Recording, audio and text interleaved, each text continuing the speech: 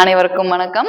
நம்ம இன்றைய வகுப்புல எதை சார்ந்த பாடத்தை பார்க்க போறோம் அப்படின்னு பார்த்தோம்னா, நாலடியார். சென்ற காணொளியில பார்த்தோம், நாலடியார்ல ஒரு நல்ல நட்பின் தேர்வு, யாரோட நாம உறவு கொள்ளணும் அப்படிங்கிறத பத்தி ஒரு பாடல் பார்த்தோம். அதன் தொடர்ச்சியா இன்னைக்கு நாம பார்க்க போற இந்த பாடல் என்ன அப்படிங்கிறது, ஒரு நல்ல நட்பு அப்படிங்கிறது எப்படிப்பட்டது அப்படின்றத பத்தி சொல்லக்கூடியதான் இந்த பாடல் அமைஞ்சிருக்கு.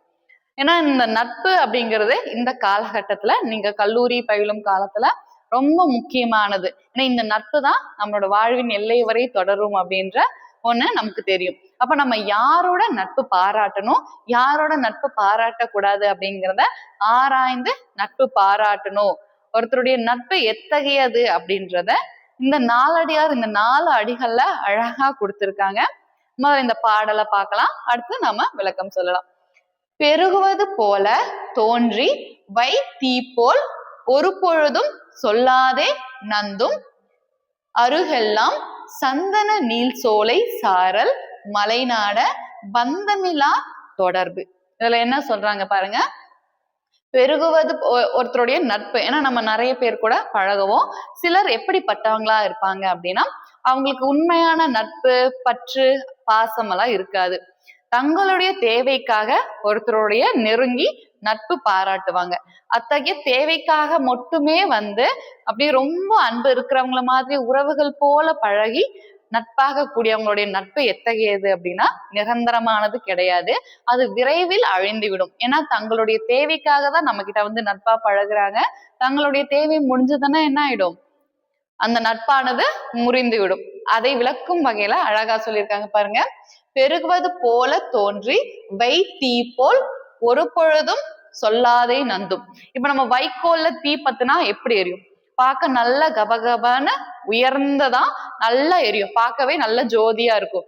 ஆனா சில நேரத்துல என்ன ஆயிடும், அந்த தீயெல்லாம் முடிஞ்சதுமே சாம்பலா போயிடும், அந்த இடத்துல ஒண்ணுமே இருக்காது. இது போலதான் சுயநலமாவும் தங்களுடைய தேவைக்காகவும் நம்ம கூட பழகக்கூடியவங்க தொடக்கத்துல ரொம்ப அன்பை வச்சு இந்த தீ எப்படி பரவுதோ அந்த மாதிரி நம்ம கூட நெருங்கி பழகுவாங்க.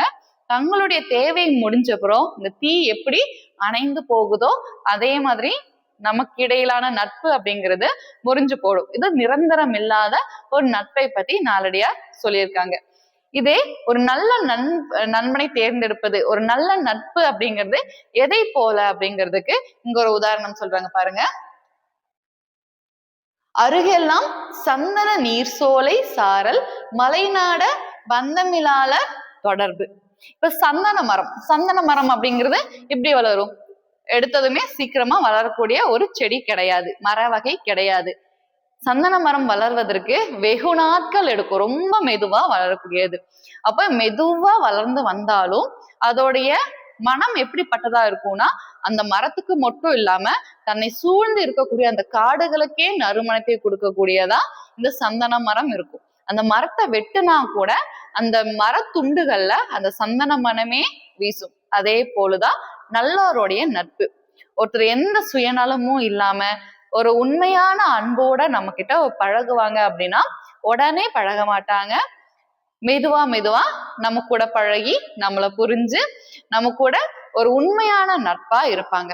அப்படிப்பட்டவங்களுடைய நட்பு எப்படிப்பட்டது அப்படின்னா, இந்த சோலைகளுக்கெல்லாம் இந்த நறுமணம் கொடுக்கிற மாதிரி நம்மளுடைய வாழ்வின் எல்லா வரை தொடர்ந்து வரக்கூடிய ஒன்னா இந்த நல்லவருடைய நட்பு இருக்கும். சரிங்களா? அப்போ இந்த நட்பு அப்படிங்கிறது முறிஞ்சாலுமே நமக்கு இந்த நண்பர்கள் இடையே இருக்கக்கூடிய அன்பு அப்படிங்கிறது ஒரு நாளும் முறியாது. இப்போ இந்த தீயோர் நட்பு அப்படிங்கிறது எப்படின்னா, தேவை முடிஞ்சதுமே தீ அணைஞ்சிடும். இது எப்படிப்பட்டது அப்படின்னா, தங்களுக்குள்ள ஏதாவது தேவை முடிஞ்சாலோ கருத்து வேறுபாடு வந்தாலோ முறியக்கூடியது. ஆனா இந்த சந்தன மரம் போன்ற இந்த நல்ல நட்பு எப்படிப்பட்டது அப்படின்னா, விரைவில் அழியக்கூடியது இல்ல, ரொம்ப உறுதியானது, வலிமையானது இந்த மரம். அதே போல் இந்த மரம் உடைஞ்சாலும் கூட சந்தன மனத்தையே கொடுக்கும். அதே மாதிரி நம்மளுடைய நட்புல ஏதேனும் பிரிவு ஏற்பட்டாலும் தங்களுக்குள்ள இருக்கக்கூடிய பற்று, அந்த பாசம் அப்படிங்கிறது ஒரு நாளும் அழியாது. ஏதேனும் துன்பம் போன்ற அந்த சூழல் வந்தாலும் கூட அந்த நட்பானது கை கொடுக்கும்.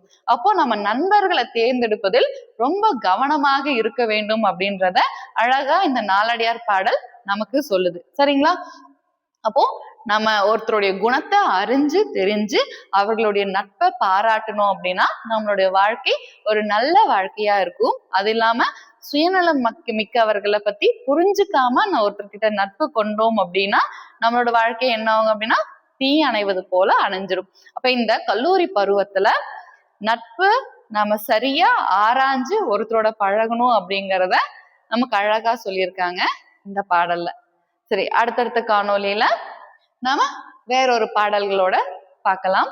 நன்றி.